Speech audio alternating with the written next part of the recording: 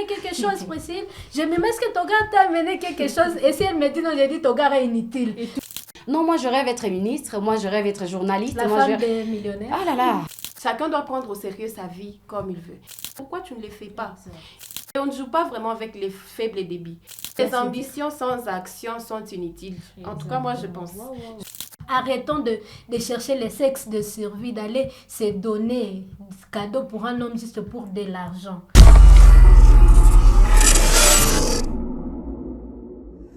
Mesdames et messieurs, bonjour et bienvenue dans cette nouvelle émission spéciale 8 mars. Aujourd'hui, dans spécial 8 mars, nous avons eu le grand plaisir de recevoir 3 jeunes talentueuses de YouReporter que je m'en vais dire bonjour et bienvenue. Merci. Dites-nous, vous êtes de YouReporter. Qui êtes-vous? Que faites-vous? Nous sommes le club YouReport Filles de Goma, inclus dans la communauté YouReport de Goma. Ce sont des jeunes bénévoles qui sont engagés dans YouReport qui a été créé par l'UNICEF. Alors, le club YouReport Filles de Goma, c'est un club YouReport Filles qui est là pour faire entendre la voix de la jeune fille, de la jeune femme au milieu national et international. Merci. Très bien. Mesdames et messieurs, c'est avec aujourd'hui, nous allons un peu débattre sur la question des droits, égalité et autonomisation d'une femme en général, surtout particulièrement des jeunes femmes congolaises. À la présentation, vous êtes avec Rebecca Mabourou qui, comme vous le savez, le nom de l'émission l'est dit, spécial 8 mars. Mesdames, qu'entendez-vous par 8 mars? Quand on dit 8 mars, qu'est-ce que ça vous dit? On dit toujours que c'est la journée internationale des droits des femmes. Est-ce que vous êtes d'accord avec ça? Oui, nous sommes d'accord avec ça. 8 mars, c'est la journée internationale des droits de la femme. Ce n'est pas une journée de fête comme on prétend l'attendre, mais une journée de lutte. Parce que déjà, dès la création, depuis 1977, l'ONU a reconnu le 8 mars comme la journée internationale des droits de la femme. Et pourquoi c'était reconnu comme journée internationale des droits de la femme? On peut noter qu'en 1857, il y avait les femmes qui avaient été brûlées par leur patron dans une usine. Et en 1908, les femmes travailleuses, le 8 mars 1908, elles sont descendues dans les rues pour revendiquer le droit, pour travailler dans de bonnes conditions. Et c'est en 1977 qu'on a reconnu cette journée comme étant la journée internationale des droits de la femme, une journée de lutte contre le droit de la femme. Ok, très bien. Alors, il y a toujours des différences parce que c'est pas toutes les femmes qui comprennent ça. Parce qu'il y a toujours celles qui disent qu'aujourd'hui, 8 mars, c'est la journée de la femme. Et il y a d'autres qui disent que aujourd'hui, 8 mars, c'est la journée des droits des femmes. Pensez-vous qu'il y a une différence entre journée des femmes et journée des droits de la femme? Voilà, la différence entre journée de la femme et de droits de la femme. En fait, c'est deux concepts qui sont célébrés le même jour, le 8 mars, mais qui ont différentes compréhensions. Quand on parle de journée de la femme, c'est pour célébrer la femme en tant que personne humaine, ou soit si on dit journée de femme, c'est qu'on est en train de célébrer un groupe de femmes pour leur rôle dans la société, pour leur impact et tout, à tous les niveaux. Mais parlant de la journée de droit de la femme, c'est beaucoup plus parler de droits de la femme, comme nous savons le droit, on peut parler de la Déclaration universelle des droits de l'homme, qui sont dans le droit de la femme sont inclus là-dedans, et également parler ou promouvoir l'égalité et tout ce qui va avec. Donc, il y a toujours eu une confusion par rapport à ça, mais ce qui est beaucoup plus employé et d'ailleurs bien préféré, c'est journée de droit de la femme, parce que voilà, ces questions, la lutte de tout le jour, c'est reconnaître ce droit, le droit de la femme et promouvoir l'égalité. D'accord, très bien. Alors, en ces jours du 8 mars, une journée spéciale juste pour les femmes, des droits des femmes. Alors, quels sont les droits que les femmes revendiquent sur l'égalité? Parce que vous venez de dire l'autonomisation, l'égalité. Alors, quels sont ces droits-là? Quels sont les droits-là que les femmes revendiquent sur l'égalité et l'autonomisation de la femme? Bon, sur ce point-là, je pense, à mon humble avis, que bon, il y a vraiment beaucoup de droits. Hein. Il y a beaucoup de droits. On ne saura même pas en parler en détail ici. Mais je vais surtout aller sur les droits que moi je trouve vraiment primordiaux, selon les contextes dans lesquels nous vivons en fait. Je parle du droit à l'éducation, du droit à un épanouissement professionnel et du droit au respect. Et quand je parle du droit à l'éducation, on peut penser que vu que nous sommes en ville, toutes les filles, nous avons été à l'école, on pense que ce problème-là est résolu. Mais si on rentre dans nos villages, il y a des femmes qui n'étudient pas. Il n'y a que les hommes qui étudient. Ici, le problème est résolu dans la ville et tout, mais au village, le problème persiste. Et quand on parle du droit de la femme, on ne parle pas que du droit de la femme de la ville. On doit se rappeler de ces femmes qui sont restées au village et qui ne bénéficient pas encore de ces droits-là. Donc, je parle du droit à l'éducation. Les femmes au village méritent d'étudier, d'être instruites autant que nous, les femmes en ville. Je parle du droit à un épanouissement professionnel. Ça, c'est dans le contexte de la ville en tout cas. J'ai comme l'impression que les femmes au travail ne sont pas épanouies. Dans le sens où elles ont une certaine crainte, dans le sens où d'un moment à un autre, un chef peut l'harceler d'une manière ou d'une autre au risque de perdre son travail. Donc, elles ne sont pas épanouies, autant que les hommes. Les hommes, ils viennent au travail, le matin, ils s'habillent comme ils veulent, ils partent au travail. Mais la femme, elle doit d'abord regarder, est-ce que tel que je m'habille, ça ne va pas déranger un chef, ça ne va pas faire à ce que l'on me dérange au risque de perdre mon travail. Elles ne sont pas épanouies. Elles passent toute leur journée au travail sans être épanouies, elles ont peur. Et le droit au respect, ça, en tout cas, ça englobe et les filles du village et les filles, nous qui sommes ici, et les femmes. En tout cas, j'ai comme l'impression que le respect a baissé. Même sur les réseaux sociaux, voir comment nous, nos frères, nos amis, parlent des femmes sur les réseaux sociaux, moi, ça me fait vraiment mal, en fait. Ça fait mal. De voir que ils ont créé une certaine image de nous dans leur tête et je pense que c'est nous qui devons fournir un effort pour que cette image-là disparaisse de leur tête. Très bien. Je pense que c'est vraiment ça. En tout cas, le respect est mort, comme les gens le disent souvent. Le respect est mort. On ne nous respecte plus. Très bien. Sur les statuts, c'est la femme, elle veut l'argent et rien du tout. Peu importe, elle est prête à faire tout, n'importe quoi, pour de l'argent. Il nous chosifie en fait. Et c'est le respect s'en est allé comme ça. Donc moi, je dis, il y a beaucoup de droits. Mais si l'on commence par résoudre ces trois-là que je viens de citer, je pense qu'on aura résolu un grand Très bien. Justement, c'est ce que je voulais demander. Quand vous venez de le dire, il faut vraiment que nous y travaillons pour que nos droits soient vraiment répondus. Alors, dites-moi, comme madame venait de le dire que depuis 1977, l'ONU avait officialisé la Journée internationale des droits de la femme. Alors, vous, en tant que jeune fille YouReporter, qu'est-ce que vous nous conseillez? Qu'est-ce que vous conseillez aux jeunes filles, aux jeunes femmes? Qu'est-ce qu'elles doivent faire pour que leurs droits soient avancés, que leurs droits puissent aller de l'avant, que leurs droits puissent prendre le dessus? Ok, merci beaucoup pour cette question. C'est en tout cas très pertinente parce que, bon, là, nous sommes YouReporter, nous sommes du club de filles YouReporter ici à Goma et nous avons plusieurs autres qui sont dans nos communautés et tout. Et ce que j'aimerais dire, on ne saura pas réclamer son droit sans d'abord le savoir. Ça, c'est la première des choses. On manque de quelque chose qu'on connaît déjà. Donc, tant qu'on ne connaît pas qu'il y a tel droit et tel droit, donc c'est bizarre. Et puis, je voulais aussi préciser une chose parce que on a une certaine compréhension un peu déplacée par rapport à ce droit de la femme. Le droit de la femme ne sont pas autres que le droit de l'homme. Donc, comme on l'a dit, il y a même des ouvrages qui disent le droit de l'homme, de la femme sont les droits de l'homme, ainsi de suite. Donc ça, je voulais préciser parce que, bon, on a tendance à croire, par ignorance, certains d'entre nous ont tendance à croire que le droit de femme donne ces monopoles-là de supériorité et de penser qu'il y a des droits réservés à la femme et les droits réservés à l'homme. Comme Priscille vient de le dire, le droit à l'éducation, il y a aussi le droit à la vie, à la santé, ainsi de suite. Donc, on doit reconnaître d'abord tout cela et après avoir reconnu ces droits, il faut maintenant savoir comment je vais les obtenir. À la base, pour les jeunes filles, il faudra l'accès à l'information. C'est dans l'éducation qu'on a de nouvelles connaissances.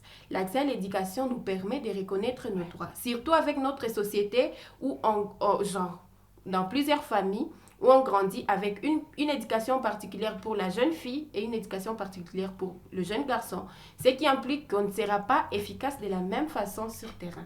Donc, parlant des actions à faire, c'est accès à l'information. Donc, que les jeunes filles partent vers les informations nécessaires.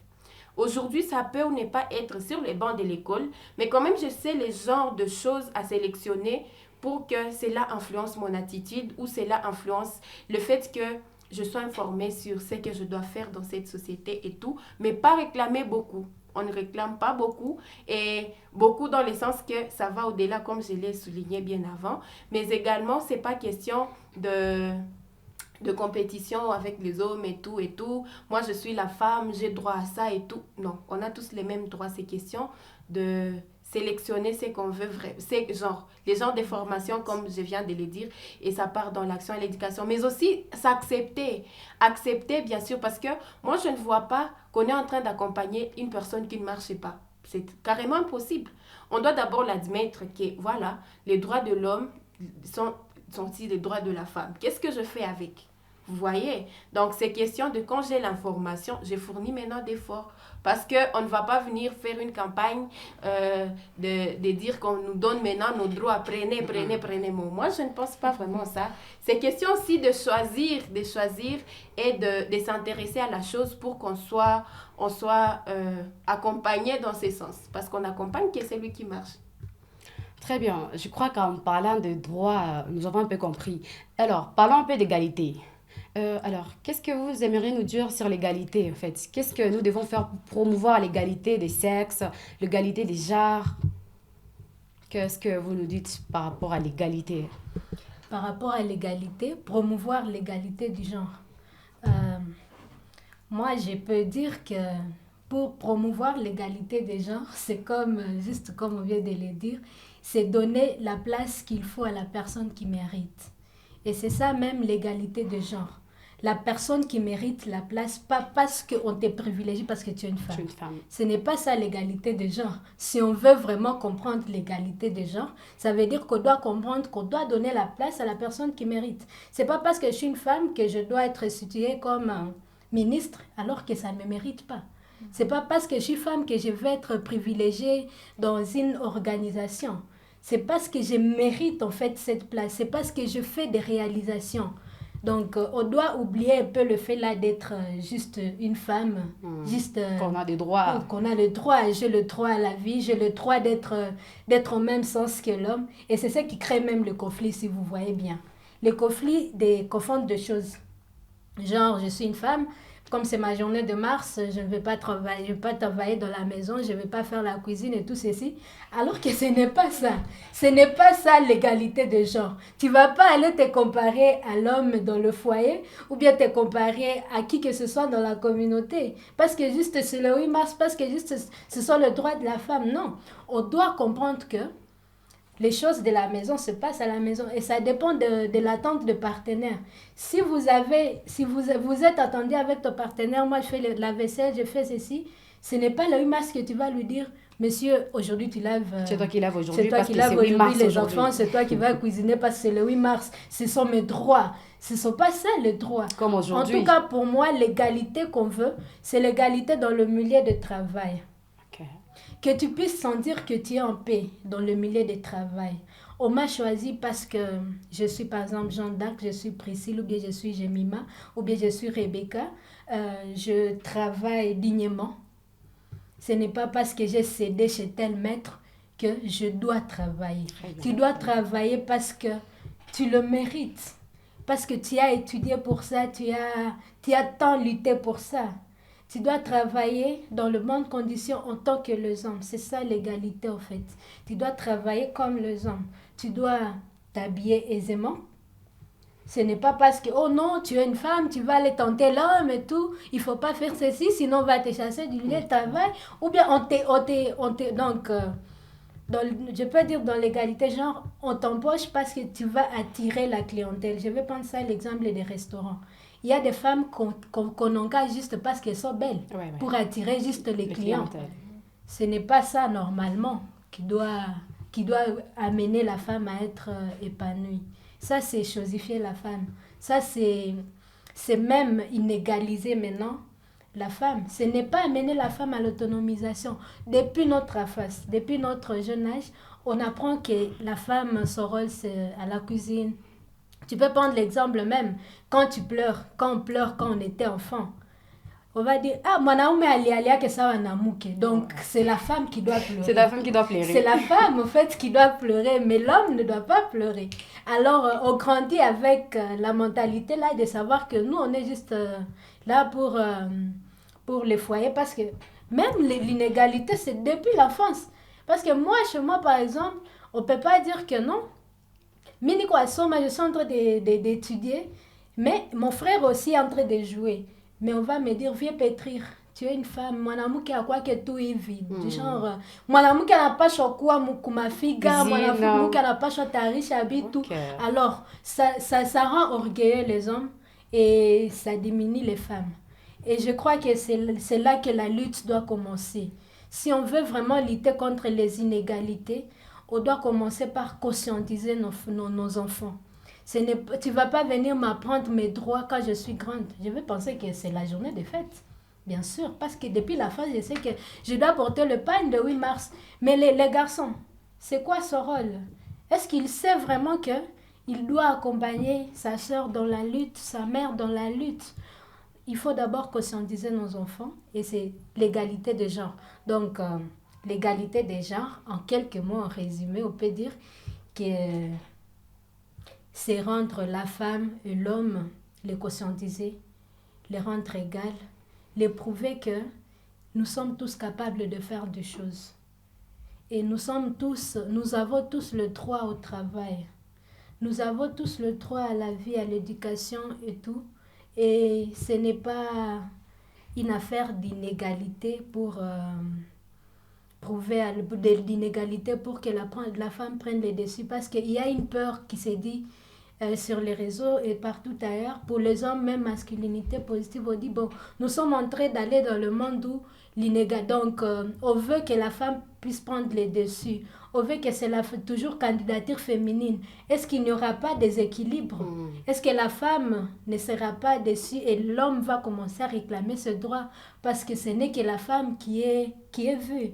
Alors, nous devons lutter contre cela, donc donner la place à qui le mérite, travailler pour mériter et non parce que tu es une femme. Sinon, ça, c'est aller encore à l'encontre de ce que nous, on veut. Et nous devons célébrer l'autonomisation de la femme. Jusque-là, quand même, ce n'est pas que depuis 1977, on veut juste l'émancipation de la femme. On doit aussi célébrer la réalisation des femmes. Parce qu'elles sont quand même partout représentées actuellement. Comme là, tu es ici. Oui, comme je suis ici, bien sûr. Très bien, Jeanne d'Arc. L'Organisation des Nations Unies a choisi comme thème international pour toutes les femmes et filles l'égalité des droits et l'autonomisation d'une femme. Je crois un peu que nous avons déjà parlé des droits et aussi l'égalité. Alors, en parlant de l'autonomisation féminine, quelles sont les mesures à prendre pour favoriser l'autonomisation d'une femme? Les mesures à prendre pour autonomiser la femme. Pour favoriser la première mesure, c'est conscientiser la femme. Très bien. Conscientiser la femme. Oui, on doit d'abord conscientiser la femme. Tu ne peux pas être autonome si tu dépends de quelqu'un. Si tu dépends des idées de quelqu'un. Genre, quelqu'un doit penser pour toi et toi, tu viens réaliser. Non. Donc, tu dois prendre d'abord conscience pour être autonome. Tu dois arrêter de te chosifier. Si tu te chosifies, donc, comme j'ai vu sur les réseaux, est-ce que tu as déjà eu ton pagne? Est-ce que tu auras les cadeaux alors qu'à Saint-Valentin, tu n'as pas? Donc, c'est toi qui devais recevoir les cadeaux. Quand est-ce que tu seras autonome? Il faut quand même qu'on puisse être consciente que la lutte dépend de nous. Ce n'est pas l'homme qui viendra lutter pour nous. Nous devons être autonomes, genre prendre les dessus de nous-mêmes, nous aimer comme nous sommes des femmes, travailler pour que nous puissions accomplir nos devoirs. Travailler pour que nous puissions satisfaire nos besoins. Et étudier, bien sûr, parce que je ne peux pas dire que je rêve d'être femme de bureau alors que je n'étudie pas. Je ne peux pas être humanitaire alors que je n'ai pas fourni même des actions bénévoles. Je n'ai même pas fait quoi que ce soit, mais je vais rester chez moi. Bon, on veut l'autonomisation de la jeune femme, alors on viendra me prendre chez moi pour que je sois le chef de l'organisation de l'Oxfam. Toi-même, l'autonomisation dépend déjà de la personne. L'autonomisation, je peux dire, c'est pour l'éducation. Comme on a déjà parlé des droits, je ne vais pas y revenir. Tant que tu travailles. On peut voir, à majorité, ce sont les femmes qui sont sur TikTok, qui veulent avoir des iPhone 16 Pro Max et tout. Et puis avec quoi? La facilité. Elles ne pensent même pas à s'autonomiser, genre travailler pour que tu puisses avoir des biens. Alors que il y a les hommes qui prennent beaucoup de temps pour chercher de l'emploi. Ils partent regarder les offres d'emploi, mais nous, on veut qu'on puisse nous appeler.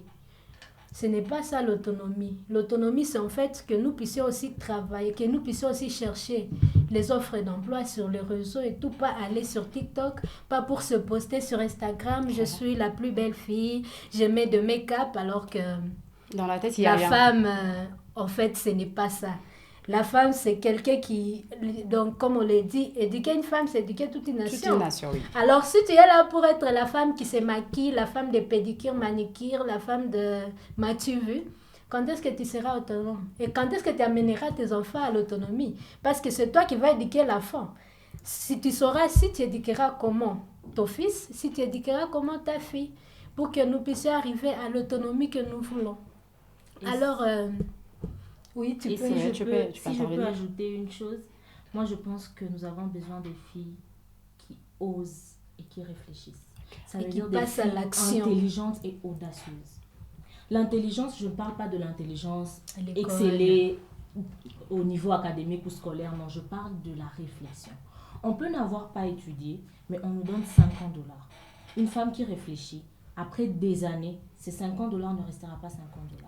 On a besoin des filles qui osent, en fait. Comme elle l'a dit, il y a des hommes, les hommes sont abonnés à des chaînes d'offres d'emploi et tout. Et nous, qu'est-ce que nous faisons? TikTok. Si tu vérifies dans 100 téléphones de femmes, c'est dans moins de 50 que tu trouveras ce genre de choses. Partout ailleurs, tu trouveras TikTok et ainsi de suite. Donc, on n'ose pas. Tant qu'on ne sera pas audacieuse, rien de bon nous arrivera. On ne pourra pas être autonome. Et je pense que pour les qualités des femmes et tout commence par là. Une femme qui est intelligente, ça veut dire qui réfléchit, et qui est audacieuse, qui ose, qui est indépendante, je parle d'une manière financière, elle est respectée. Ça, j'en suis convaincue. Ouais. Elle est automatiquement respectée. Ça veut dire que toutes les autres qualités vont s'en suivre, tant qu'on a les bonnes bases. Donc, je pense que pour l'autonomisation, c'est nous. Il n'y a aucun homme qui viendra nous rendre autonomes. Aucun. Et aussi oser prendre la parole, bien Exactement. sûr. Si tu ne sais même pas prendre la parole, parce qu'il y a beaucoup de femmes, elles disent, bon, si je prends la parole, je dis que je vais parler de l'égalité de genre, peut-être je vais manquer un mari, parce qu'on va me dire que je suis féministe. On a peur de parler. Ou même elle se dit qu'elle va mal parler et ainsi de suite. Oui. Ouais. Alors, l'autonomisation, en tout cas, dépend de la conscientisation de la femme. Si nous toutes, on comprend que ce n'est pas le droit de travailler à la maison, de prendre les dessus sur un homme, d'avoir peur de l'homme. Oh non, si je deviens riche plus que mon mari, mais pas sur mon nez, je vais lui dire que c'est lui qui doit travailler à la maison, comme si on est en compétition avec les hommes, alors que ce n'est pas ça. Ce n'est pas une compétition. On doit juste oser, on doit prendre la parole, on doit aussi bien prendre la vie en main. Pas penser que nous sommes juste là pour recevoir les cadeaux. Pourquoi ne pas faire le premier pas? Genre, ma femme m'a offert les cadeaux de Saint-Valentin, mais nous on veut toujours, est-ce que ton gars t'a amené quelque chose, Priscille? Je me dis, est-ce que ton gars t'a amené quelque chose? Et si elle me dit non, j'ai dit ton gars est inutile. Et toi, tu es incapable. On doit aller dans ce sens-là, de prouver quand même que nous pouvons. Je travaille, tu travailles, mais tu veux que c'est l'homme qui paye le loyer. Pourquoi si toi tu ailles plus que l'homme, tu ne peux pas payer le loyer? c'est votre famille, c'est Ouais. votre foyer. Ça veut dire que c'est toi et l'homme. Vous voulez des 50-50 comme les années passées, à toute femme, 50-50, égalité 50-50. Ok, 50-50 alors. Je vais payer pour les enfants, toi tu vas payer les loyers, moi j'amène par exemple, je vais payer les gaz, il va payer l'électricité et ça sera parfait, le foyer. Donc, et l'homme et la femme ont tous le même droit de s'autonomiser, de travailler et de contribuer à toutes les dépenses de la maison. C'est ça même l'autonomie en fait. Ce n'est pas une vengeance et donc un match de femmes contre les hommes, des hommes contre les femmes. Non, non. Ok. Nous sommes des humains, hommes et femmes, on continue ensemble. Et l'homme a besoin de la femme pour évoluer. Et la femme a besoin de l'homme pour évoluer. C'est juste ça. D'accord. Très bien, Jeanne d'Arc. Alors, parlons un peu des ambitions des femmes. Parce que à la base, il y a plusieurs femmes qui sont ambitieuses. Tu vois une femme, tu peux voir une femme, elle est à la maison, du matin jusqu'au soir, mais quand tu vas l'entendre parler, non, moi je rêve d'être ministre, moi je rêve d'être journaliste. La moi, femme des millionnaires. Ah là là.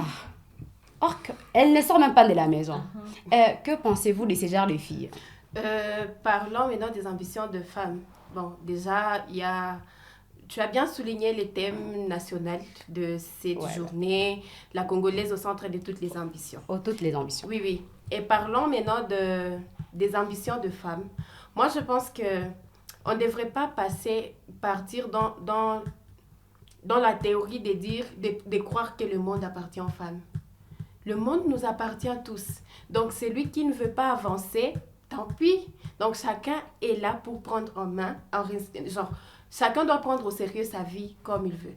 Et parlons de ces ambitions. Moi, je pense que beaucoup plus, c'est qui bloque plusieurs de nos jeunes, parce que les jeunes filles, plusieurs en tout cas, travaillent en sachant qu'elles ont un plan B.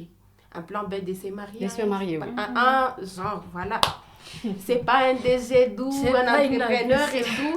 Et du coup, avoir un plan B dans la vie anéantit plusieurs. Et c'est pas vraiment intéressant. Dans cette société où on est censé se battre du jour au lendemain, dans cette société où on travaille d'abord en tant que personne, moi je pense qu'on devrait d'abord prendre cela. Je travaille d'abord en tant que personne, j'apporte une solution dans ma communauté et voir ces choses-là de femme. Moi je suis femme, je peux aussi. Tu peux aussi, mais pourquoi tu ne le fais pas? Et adhérer aussi à ces choses comme par exemple nous qui sommes You Reporters, nous sommes vraiment bénévoles. Et les gens disent mais qu'est-ce que vous faites dans le bénévolat et tout? Mais je ne sais pas compter les nombres d'opportunités d'apprentissage que cette plateforme offre aux jeunes filles et aux jeunes garçons qui appartiennent ici. Avant même les opportunités, c'est un réseau de connaître les gens. Et pourtant, il n'y a rien de plus, de plus riche que les ressources humaines. Quand j'ai rencontré Jeanne d'Arc, quand j'ai rencontré Priscille, je sais que j'ai une opportunité de plus. Ce que je ne peux pas me procurer moi-même, je le procure à partir d'elle. Donc, chacun, avec ses ambitions, qui puisse avoir cette volonté de s'élever, d'adhérer à un mouvement qui combine avec ses ambitions. Et avec ça, moi je pense que ça, il faut d'abord quitter la zone de confort pour voir aussi où emboîter les pas. C'est pas question de me réveiller et venir dire que voilà, aujourd'hui c'est moi la boss dans cette ville de Goma. Mais comment je suis arrivée là-bas? Okay. Il faut considérer aussi les faibles débuts. Et on ne joue pas vraiment avec les faibles débuts. Toute chose compte. Ça compte vraiment, ces actions bénévoles, je ne sais pas, prendre aussi au sérieux les études. Mais bien sûr, il y a une grande représentativité de femmes dans des facultés. Mais combien sont efficaces? Bien sûr, nous sommes efficaces. Est-ce que nous étudions pour rendre service à la communauté ou pour avoir des relevés de 70%? Ça aussi, c'est compliqué. C'est compliqué parce que quand on n'étudie pas avec une vision d'intervenir dans la communauté. Donc, ne négligeons pas nos faibles débuts. Chaque pas vraiment compte. Et ça va, ça ira. Très bien. Et comme elle m'avait dit hier, la femme congolaise au centre de toutes les ambitions. Donc, cet thème, c'est comme si ça vient mettre en lumière le rôle de la femme dans la société. Bien sûr. C'est quoi ton ambition? Qu'est-ce que tu veux? Qu'est-ce que tu mérites? Où tu vas? D'où tu viens et où tu veux aller? C'est là que même tu dois commencer à penser. Ok, la femme au centre de toutes les ambitions. L'ambition d'être qui? de faire quoi? Et C'est surtout, ce qu'on les doit se ambitions sans action sont inutiles. En tout cas, moi, je pense. Wow. Je ne veux pas rester Comme elle a ambitionnée. dit Je aussi. serais en fait dépassée. Je serais frustrée. Quand on a plusieurs choses en tête, je vais exécuter. Mais quand je ne les fais pas, je deviens frustrée. Je sens des choses. Pourquoi je n'évolue pas? Je ne comprends Je pas. crois mais même c'est que le parce monde que- se tourne contre toi. Voilà, Oui. je pense que les autres, je ne sais quoi, peut-être. Non, c'est pas problème. C'est pas question de ma famille de provenance. C'est question de moi. Qu'est-ce que je fais le premier pas? D'accord, Jemima. Ouais. Alors, pour finir et pour chuter, vous, en tant que fille Yuri Porter, qu'est-ce que vous aimeriez dire à d'autres filles dans cette période de guerre? Alors, quelles sont les attitudes que vous leur proposez de prendre face aux enjeux que nous vivons aujourd'hui, les violences sexuelles, etc. Dans cette période de guerre, nous sommes tous en crise économique. Essayons d'être autonomes. Essayons de savoir que c'est la crise. Ce n'est pas la fin du C'est pas la monde. fin du monde. Et Nous après allons ça, on va travailler. avancer. Et soyons actrices du changement que nous voulons voir dans le monde. Nous devons être... ça doit commencer par nous-mêmes. Je ne vais pas aller vendre mes rêves à quelqu'un alors que moi-même, je n'ai pas encore fait l'action. En tout cas, moi, je vais demander surtout d'être actrice du changement que nous désirons. Arrêtons de chercher les sexes de survie, d'aller se donner cadeau pour un homme juste pour de l'argent. Ce n'est pas en tout cas ce qui va nous honorer dans cette période de crise. Nous devons aussi être acteurs de la paix, actrices de la paix, pour que la paix puisse régner.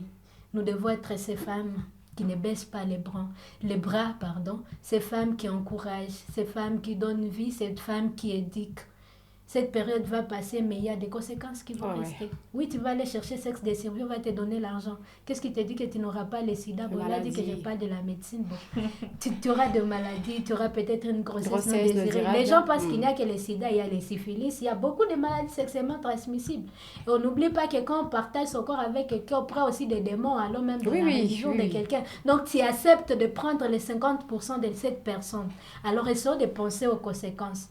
Très bien. La crise va passer, mais ton corps reste ton corps et il n'y a pas de pièces de rechange pour le corps.